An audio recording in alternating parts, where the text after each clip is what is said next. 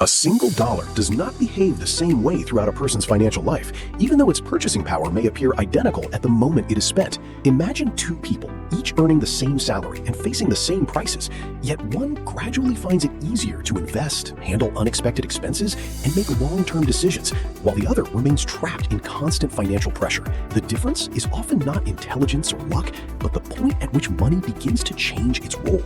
For many people, reaching $100,000 in net worth represents one of those important psychological and mathematical thresholds, because money slowly shifts from being something that only leaves your hands to something that can also begin working alongside your own effort. At first, nearly every dollar is assigned a job before it even arrives. Housing, transportation, food, insurance, and countless smaller expenses compete for limited income, leaving very little room for flexibility. In this stage, every financial decision carries a higher emotional weight, because even a small, unexpected cost can disrupt an entire monthly budget. Behavioral economists have long observed that scarcity affects decision-making by narrowing attention toward immediate problems, making long-term planning more difficult, even for highly disciplined people. This is not simply a matter of willpower, but a predictable response to limited financial margin.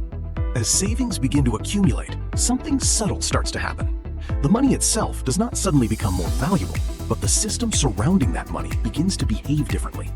A larger financial cushion reduces the likelihood that every surprise becomes a crisis, allowing decisions to be based more on future outcomes than immediate survival. This change often creates a calmer relationship with risk, because short-term setbacks no longer threaten every financial goal at once. The mathematics behind this shift is surprisingly simple.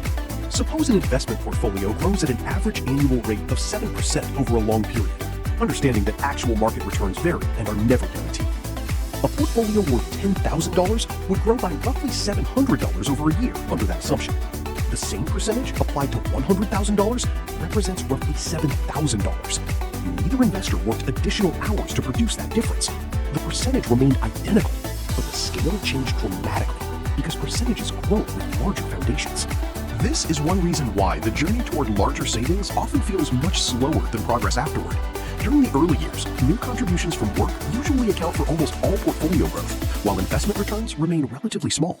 Later, as the base becomes larger, investment growth may begin contributing a more noticeable share of overall progress. The balance gradually shifts from relying almost entirely on earned income toward combining earned income with capital growth, although continued saving and disciplined investing still remain essential.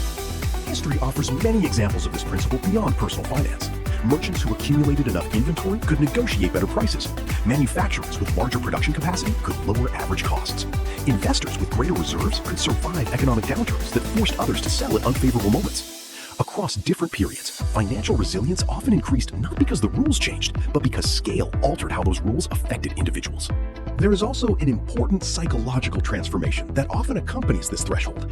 Someone with a growing financial reserve may begin evaluating purchases differently, asking not only what something costs today, but also what future opportunities might be exchanged for that expense. This is an example of opportunity cost becoming more visible. Instead of viewing money only as something to spend, it gradually becomes a tool capable of producing additional choices over time. That shift in perspective can influence countless everyday decisions without requiring dramatic lifestyle changes. Of course, $100,000 is not a universal milestone. The amount needed to create meaningful financial flexibility depends on factors such as local living costs, family responsibilities, debt levels, inflation, and personal goals.